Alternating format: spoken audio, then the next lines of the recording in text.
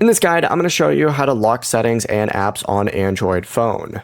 This is Aiden from JustPause, and before we get into this guide, make sure to like the video and subscribe to the channel with all notifications on. It really does help with the channel and it lets us know that you want more content like this, so we greatly appreciate it. If at any point throughout this guide you did have any questions, just ask them down in the comment section below and we can help you out further. I'm going to be doing my best to reply to every single comment down there.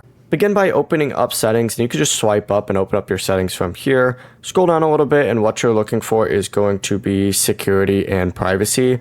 Open that up and find secure folder from within here. You may have to open up more security settings and then select secure folder. But continue through this and you're going to want to create a separate PIN, password, pattern, or fingerprint for secure folder. And once your setup is complete, open that up from your app drawer by swiping up from the home screen, and you're going to want to go ahead and enter in your lock method. Tap the plus icon, add an app, and then select the application it is that you want to protect. Tap add, and just like that, the app is now going to be stored inside of that folder where you have to type in a password or PIN in order to access it. The process is that simple. Before you do leave, make sure to like the video and subscribe to the channel with all notifications on. It really does help with the channel and it lets us know that you want more content like this. We'd greatly appreciate it. And if at any point throughout this guide you did have any questions, just ask them down in the comment section below and we can help you out further. I'm going to be doing my best to reply to every single comment down there. Peace.